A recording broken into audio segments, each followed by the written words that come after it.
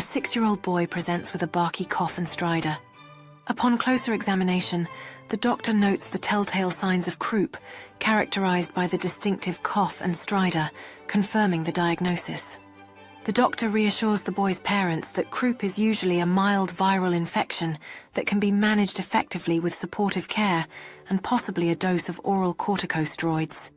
Understanding the importance of keeping the boy comfortable and hydrated, the doctor emphasizes the need for plenty of rest and fluids to help him recover quickly from croup.